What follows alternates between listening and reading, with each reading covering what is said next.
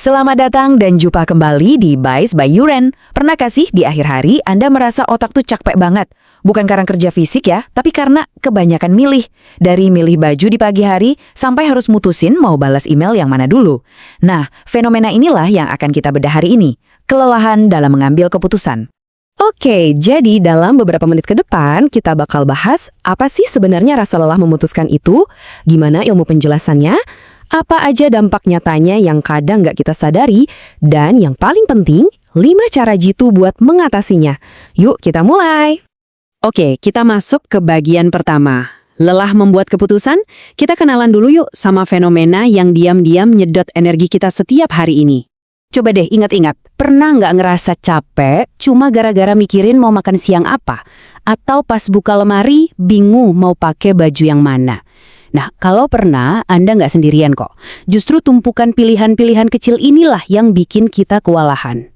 Kelihatannya sepele, tapi dampaknya itu nyata banget. Ternyata kondisi ini ada nama ilmiahnya loh, yaitu decision fatigue atau kelelahan keputusan. Istilah ini dipopulerkan oleh psikolog sosial Roy Baumeister. Intinya tuh gini, semakin banyak kita membuat keputusan, semakin buruk kualitas keputusan kita selanjutnya. Kemampuan kita buat milih yang benar itu kayak baterai yang makin lama makin habis. Dan siap-siap ya, karena angka ini benar-benar bikin kaget. Rata-rata orang dewasa itu membuat sekitar 35.000 keputusan setiap hari. Iya, 35.000. Sebagian besar emang nggak kita sadari. Tapi coba bayangin, setiap pilihan itu sekecil apapun ikut menguras energi mental kita sedikit demi sedikit. Sekarang bagian kedua, energi mental yang terbatas. Kok bisa sih kita jadi lelah cuma gara-gara mikir? Yuk kita lihat penjelasan ilmiah di balik fenomena ini, gimana cara kerjanya di otak kita. Oke, cara paling gampang buat ngebayanginnya tuh gini. Anggap aja energi mental kita itu kayak otot. Sama kayak otot yang pegel setelah nge-gym, otak kita juga lelah setelah angkat beban keputusan seharian. Para psikolog punya istilah keren buat ini, yaitu ego depletion. Artinya, cadangan energi kita buat bikin pilihan yang bagus itu terkuras habis. Jadi, gimana kita tahu kalau kita lagi ngalamin ini? Gejalanya itu umum banget, mungkin Anda juga sering rasain. Misalnya jadi suka nunda-nunda kerjaan. Atau sebaliknya, jadi impulsif, gampang banget check out keranjang belanja. Kadang kita juga jadi pengen ngehindarin pilihan sama sekali, atau malah jadi ragu-ragu terus, nggak bisa mutusin. Nah, kita masuk ke bagian yang paling penting nih.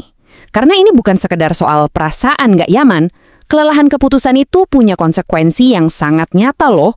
Mulai dari cara kita belanja, sampai ke keputusan yang percaya atau nggak, menyangkut hidup dan mati. Bedanya kelihatan jelas banget. Waktu pikiran kita masih seger, kita cenderung rasional, mikirin jangka panjang. Tapi, pas udah capek, otak kita otomatis cari jalan pintas.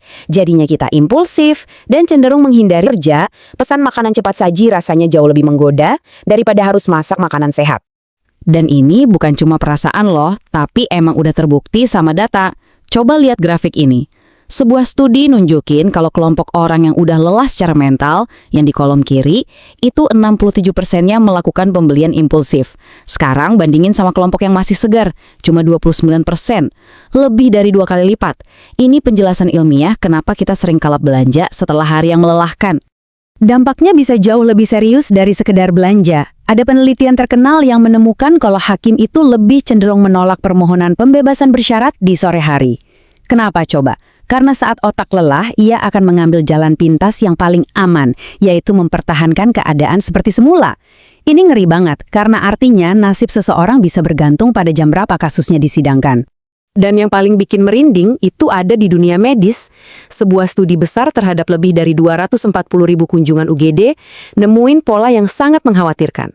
Seiring berjalannya waktu dan makin banyaknya pasien, dokter yang lelah cenderung mengambil keputusan yang lebih simpel, jadi lebih jarang merekomendasikan rawat inap atau memesan lebih sedikit tindakan medis. Hasilnya, tingkat pasien yang harus kembali lagi ke UGD dan bahkan tingkat kematian jadi meningkat. Ini beneran masalah hidup dan mati. Oke, setelah mendengar betapa seriusnya masalah ini, kabar baiknya adalah kita bisa melawannya. Ada kok strategi-strategi praktis yang bisa kita terapkan untuk menghemat energi mental kita yang berharga. Ini dia 5 strateginya. 1. Sederhanakan rutinitas. Ini loh alasannya kenapa orang seperti Barack Obama atau Steve Jobs sering pakai baju yang sama. Tujuannya untuk menyimpan energi mental. 2. Ambil keputusan penting di pagi hari, saat energi kita masih penuh. 3. Batasi pilihan Anda. Daripada pusing mikirin 30 pilihan, fokus aja ke 3 pilihan terbaik. 4. Buat aturan pribadi. Contohnya, nggak akan buka email kerja setelah jam 8 malam. Dan 5. Yang paling sering kita lupakan, istirahat. Cukup ambil jeda sebentar buat isi ulang energi. Dan bagian terakhir, mulai dari kebiasaan kecil. Pada akhirnya, semua ini adalah tentang membangun kebiasaan. Karena mengelola keputusan itu adalah sebuah keahlian, dan semua keahlian itu bisa dilatih. Poin kuncinya adalah ini. Masalahnya bukan tentang berapa banyak keputusan yang harus kita buat, tapi tentang bagaimana kita mengelola prosesnya. Dengan menyederhanakan, memprioritaskan, dan mengatur energi otak kita dengan lebih cerdas, kita bisa membuat pilihan-pilihan yang lebih baik tanpa harus merasa kewalahan. Sebagai penutup, saya punya satu tantangan kecil buat Anda. Coba deh pikirin, keputusan kecil mana yang kira-kira bisa Anda otomatiskan mulai besok. Mungkin menyiapkan pakaian kerja dari malam sebelumnya, atau mungkin merencanakan menu sarapan untuk seminggu ke depan. Satu langkah kecil itu bisa memberikan Anda energi mental ekstra untuk hal-hal yang benar-benar penting dalam hidup Anda. Terima kasih sudah menyimak.